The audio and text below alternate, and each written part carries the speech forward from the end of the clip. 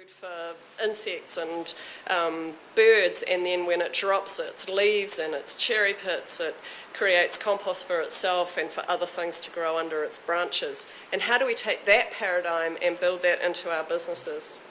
And it is big business, and the rest of the world is doing it. And one of the things that always amazes me when I come back to New Zealand is how far behind we've suddenly become on this. And when I see that we've become more disengaged from the world over the last 15 years, that helps to partly get me to understand why we are so far behind our understanding of how these issues affect us and our clients.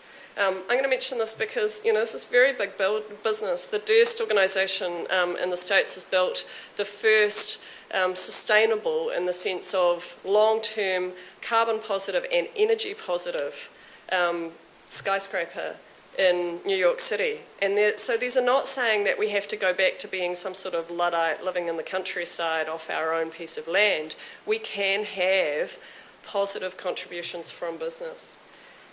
So this shows I'm an old hippie. For those of you who don't know who Buckminster Fuller is, he was very famous in 1974, built the geodesic dome, and I can remember at primary school reading this, and I dug it out again because the definition of wealth that we're using is, to me, kind of wrong. And so what he talks about wealth is that physical energy combined with metaphysical know what and know how.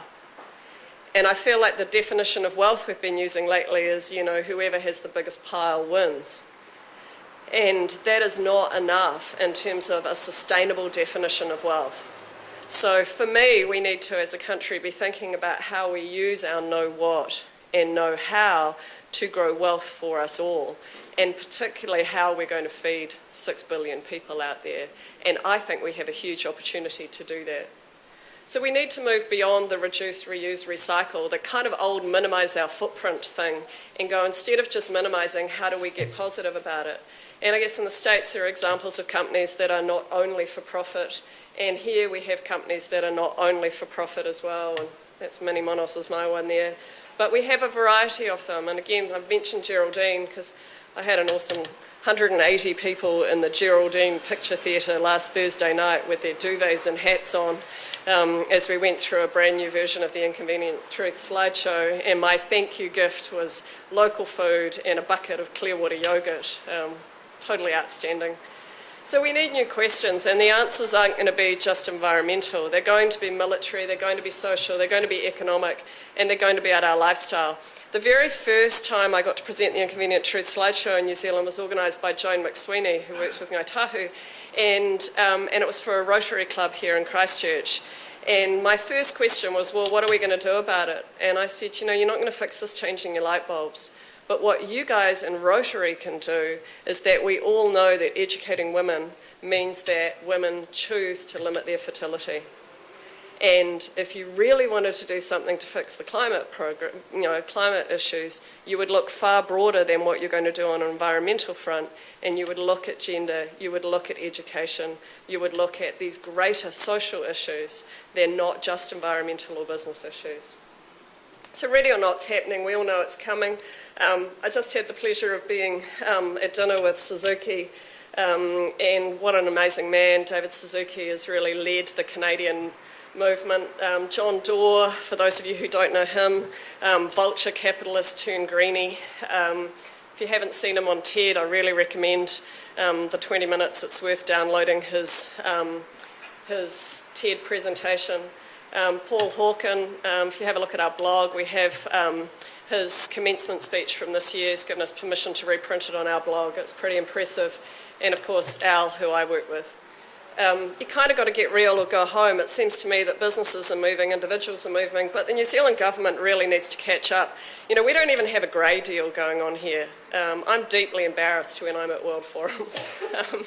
I go, I'm from New Zealand, and don't worry, there are a few of us that care. And yes, I know that the rest of the world is putting up its targets for Kyoto, but we're just having a bit of a cup of tea and a lie down, and I'm sure we'll be getting up any minute now. And yes, I know in the latest budget we did cut pest control and weed control, and particularly for those of us down south here with the climate change that's going to occur in the South Island, those are two things we can't do without. But don't worry, I'm sure there's a plan, And yep, we'll be getting a few more heat pumps, so I'm glad about that. But we really need to get our government to catch up. There is no finish line on this, you know. Kyoto's a starting point. Copenhagen is another starting point. And, you know, while we've got to kind of figure out what we're going to get our government to do in Copenhagen, they haven't really begun to do what we were supposed to do at Kyoto yet. So now is a starting point, and we all win or we all lose. And these paradigms are already being talked about in business. You know, even Business New Zealand put out a report on climate change over 2 years ago, and the government hasn't caught up. This is not something that business needs to be convinced on. So what's the next paradigm? And I don't know what it is, but I guess what I really want to open up to you guys today is for us to think about how we can get back to being in a leadership position, how we can think about how we contribute to what's beyond cradle to cradle, and for us in New Zealand, what is beyond that, and particularly for us here in dairy country, you know. And I drove down to Queenstown just recently, and then I made the trip over to Naseby and went curling in the summer, you know, bizarre as that is. And I saw high country dairy farms. And I thought, hang on a minute, I remember those school journals. And there were no high country dairy farms in those school journals we had to read about the high country sheep. And I looked at this and I went, does this look sustainable? Does this look like a business that, if it was me, could I keep doing this business forever? And it's time that we ask some very different questions and we say, how could we start businesses now that can go forever and contribute back and create their own ecosystems rather than us saying, let's minimise our footprint? Thank you.